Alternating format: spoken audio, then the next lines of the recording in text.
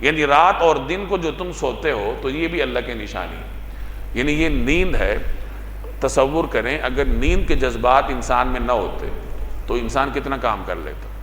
انسان چند گھنٹے کام کرتا ہے، تھک جاتا ہے، پھر اس کے اندر خود بخود نیند کا ایک داعیہ پیدا ہوتا ہے اور وہ سو جاتا ہے.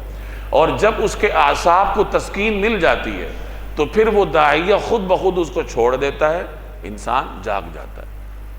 نیند آنے کے حقیقی اسباب آج تک کسی کو معلوم نہیں ہو سکے، اور نہ ہی زبردستی کی جو نیند ہوتی ہے جو نشہ آور ادویات کے تحت ہوتی ہے، وہ نیند کبھی بھی فطری نیند کے متبادل نہیں ہو سکتی.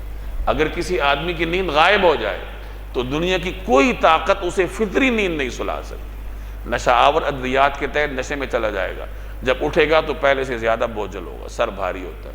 تو یہ جو نیند ہے اس کو بھی اللہ تبارک و تعالیٰ نے اپنی نشانیوں میں سے ذکر کیا کہ تم اسی پہ غور کر لو تو سمجھ جاؤ گے کہ اللہ تبارک و تعالیٰ کی قدرت ہے.